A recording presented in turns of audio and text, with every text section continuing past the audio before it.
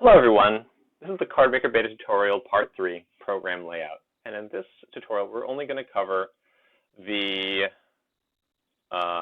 basic windows that we're going to find in your Cardmaker Beta program when you open it up. In the next video we're going to cover how to start creating cards out of it. So once you open the program, you'll probably have to resize these windows to be the way you like. You're going to have the project window, the canvas window, layout, and element. The canvas window is going to show you your project as it's being made. It gives you the visual representation of what you're making. The project window has a list of all the different layouts, the different templates that you intend to be using to make your cards. And by default, it creates this 200 pixel square template. In the layout control, we have the ability to manipulate the size of the card, such as by changing the DPI, the width in pixels, and the height in pixels. And if this is your first time making a card and you want to make a poker size or magic size card, you're going to want to have it be 750 by 1050 pixels at 300 pixels per inch, or dots per inch.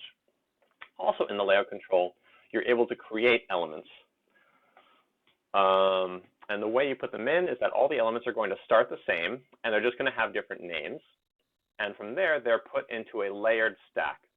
What this means is that if element 2 is covered up by element 1, the contents of element 1 will show above element 2.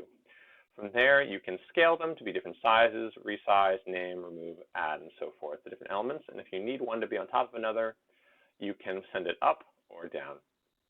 Lastly, we have the element control. Once you click on an element here, or right-click on it here, and then access that individual element, you can then manipulate that element in the element control. There are 4 kinds of elements, which I will get to in the next video, but the basics of it is that you can control where the box is that is the element, the size of it, the shape of it, the opacity, as well as for text, you have a bunch of features that are associated with text. For graphics, you have features associated with graphics, and for formatted text, you have the same for formatted text. I would also like to mention that you can drag the boxes around, you can resize them here in the corner. If you hold Shift while dragging it, it will lock it in one dimension. And those are more or less all the features that you need to have the gist of what the program is able to do.